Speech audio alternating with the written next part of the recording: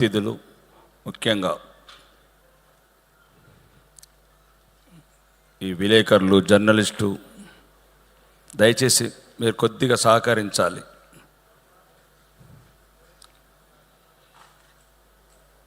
ఈరోజు ఈ ఫంక్షన్కి రావడానికి ముఖ్య కారణం నా జన్మ. 5 తరాలు నరకం అనుభవించినాం. 500 సంవత్సరాల నిజాం పరిపాలనలో మేము అనుభవించినాం.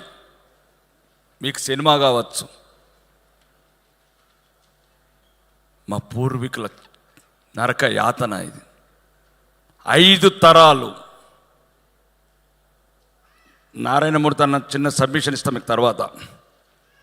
ఎందుకంటే మీకు ఒక చిన్న, మీరు అంటే ఎందుకు ఇష్టం అంటే, నేను హై స్కూల్లో ఉన్నప్పుడు మీ ఫస్ట్ మూవీ చూశాను, అర్ధరాత్రి స్వాతంత్రం.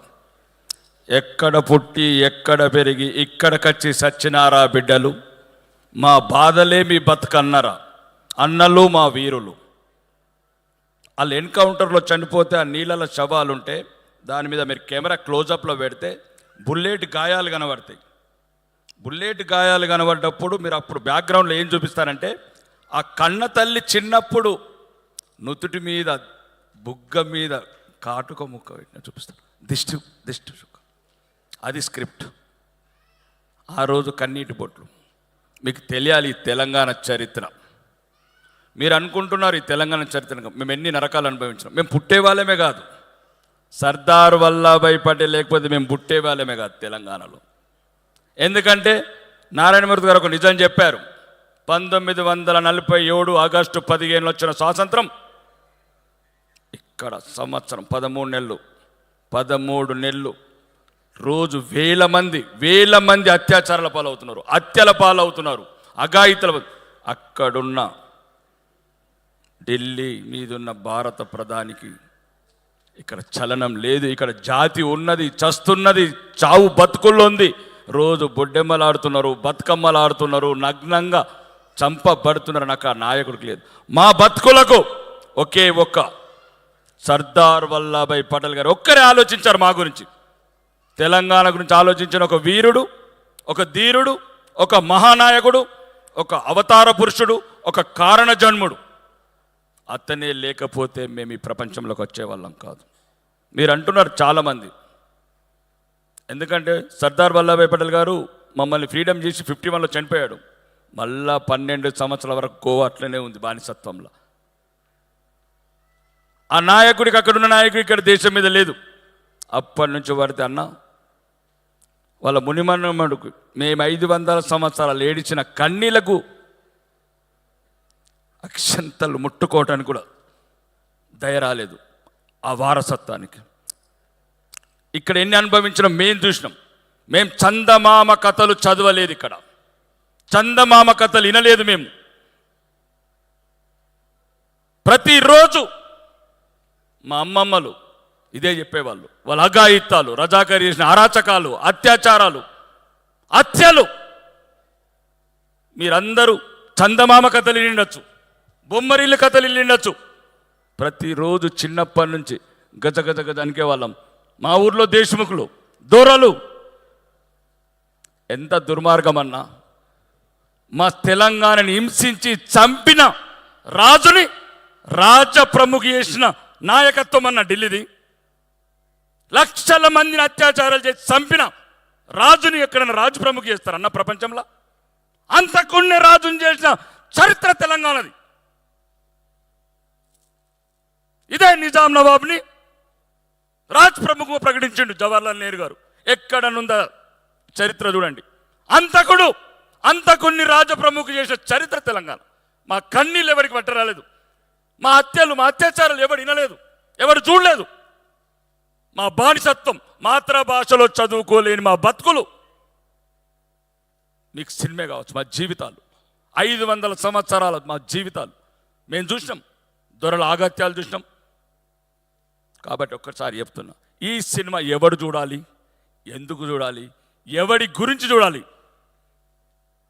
మీరు అంటున్నారన్నా, దాని క్యాప్షన్ ఏంది?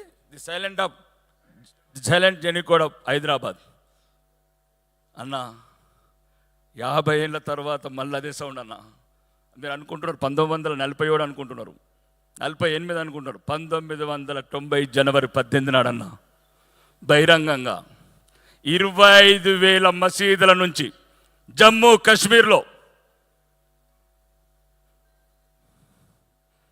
మతం మారండి, లేదా ఈ కశ్మీర్ వదిలిపోండి.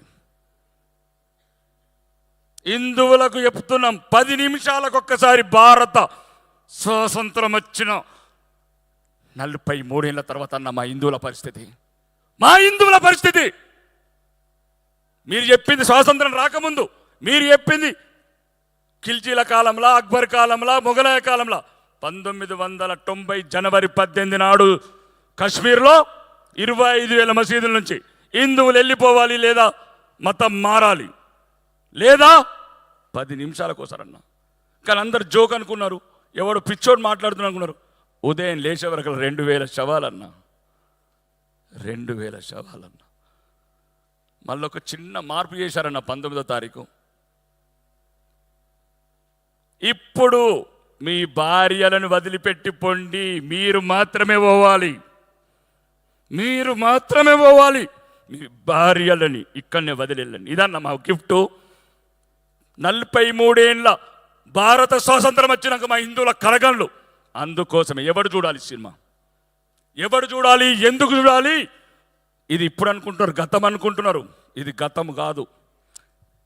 ఈ రజాకర్ సినిమా గతం కాదన్న, ఇది భవిష్యత్తు. దయచేసి అందరూ వీడియో విలేకరులకు చెప్తున్నాను, దయచేసి రాయండి. అది గతం కాదు, మా భవిష్యత్తు. అది మేము ఎవరిని కొట్టే అవసరం లేదు, కానీ మేము బతకాలన్నా. ఈ ప్రపంచంలో మేము బతకాల. ఎక్కడికి వెళ్ళాలా మేము? ఏ దేశంకి వెళ్ళాలి మేము? ఒక్క సిఏ అన్న, సిటిజన్ అమెండ్మెంట్ యాక్ట్ చేస్తే ఏమైందన్నా? ఏమైంది దేశంలో? ఒక్కరు ఢిల్లీ ముఖ్యమంత్రి అంటాడు దేశద్రోహ, ఒక్కరు కేరళ ముఖ్యమంత్రి అంటాడు మా అమలు చేయమంటాడు. అన్న ఏం పాపం చేశామన్న హిందువులం? ఏం పాపం చేశాం? రాజన్న సినిమాల, నాగార్జున సినిమా చూడండి, ఎలా బతకగలవమ్మా ఈ పాపాత్ముల లోకంలో? ఎక్కడ బతకాలన్న హిందువులము? ఎవరు బతికిస్తారు మమ్మల్ని? ఆఫ్ఘనిస్తాన్లో క్లియర్ చేశారు, పాకిస్తాన్లో 20.6% 1% తీసుకొచ్చారు. ఎవడన్నా మాకున్నది? ఎవడు చెప్పండి? ఏ నాయకుడు చెప్తాడు? ఏ రాజకీయ నాయకుడు చెప్తాడు? ఏ దేశం చెప్తుంది? ఎంతమంది అన్నా ముష్టి అక్కడక్కడ మిగిలిన ఆఫ్ఘనిస్తాన్లో చివరికి మిగిలితే 24 మంది తెచ్చుకున్నామన్నా. పాకిస్తాన్లో నిన్నగాక మొన్న 2 కూతుర్లని లేపుకొని పోయి రేపులు చేస్తే కన్న తండ్రి నన్ను చంపేయమంటుడన్నా. మాకు లేదన్న, ప్రపంచంలో హిందువులకు ఉన్నది ఒకటే ఒక దేశం, వాళ్ళకి రావడానికి అనేది ఉంది. మేమెక్కడికి పోవాలో చెప్పండి? చరిత్ర అన్న. మేము ముస్లింలకు వ్యతిరేకం కాదు, ఇస్లాంకు వ్యతిరేకం కాదు, కానీ మా దేశంలో మేము బతకాలి కదన్నా, మా ధర్మాన్ని మేము కాపాడుకోవాలి కదన్నా. మేము ఇప్పుడు పక్క దేశంలో కిరాతక దేశం 20% ఉన్న జాతిని 1%కి తెచ్చింది. 4,500 మందిరాలుంటే 20 మందిరాలకు తెచ్చింది. ఇక్కడ 88 మసీదులుంటే 6 లక్షల మసీదులు కట్టినాం. ఇది ప్రేమ నేల అన్న, ఇది కర్మభూమి, ఇది ధర్మభూమి. ఎప్పుడు మీరు అన్నట్టు పరమతాన్ని మేము ఎప్పుడు ద్వేషించలేదన్న, కానీ మేము కోరుకుంటున్నాం మమ్మల్ని చంపకండి, మా బిడ్డల్ని చంపకండి. వెస్ట్ బెంగాల్ కావచ్చు, పాత బస్తీ కావచ్చు, బైన్సా కావచ్చు, నిజామాబాద్ కావచ్చు, రండి వేలు చూపిస్తా. ఇంతవరకు చెప్పండి ప్రపంచంలో ఏ మసీదు మందిరం కట్టినామా? కాబట్టి ఇది రజాకర్కే పరిమితం అవుతాను నేను. చెప్పాలంటే చరిత్ర చాలా పెద్దగా ఉంది. దయచేసి అందరూ సౌహృదయంతో అర్థం చేసుకోండి హిందువుల పట్ల. ఇది ప్రపంచ శాంతి కోరుకునే జాతి. శాలివాహనులు, శాతవాహనులు, మౌర్య వంశము, గుప్త వంశం ఎక్కడ చూడండి అన్న, ఒక్క మసీదుని కూలగొట్టిన చరిత్ర చెప్పండి. రామాయణం అయోధ్య కూడా మసీదు కాదన్నా, అది రామాయణం కూలగొట్టి బాబర్ మసీదు కట్టినన్నా. మన భారతీయుడు కాదన్నా, ఆడు పరాయి దేశం వాడు, దేశం మీద దండెత్తిండు. కాబట్టి దయచేసి మా చరిత్రని, మా జీవితాలని చాలన్నా. ఎన్ని వందల సంవత్సరాలు పృథ్వీరాజ్ చౌహాన్ చనిపోయిన నుంచి రంగరంగ 800 సంవత్సరాలు నరకమన్న మాకు.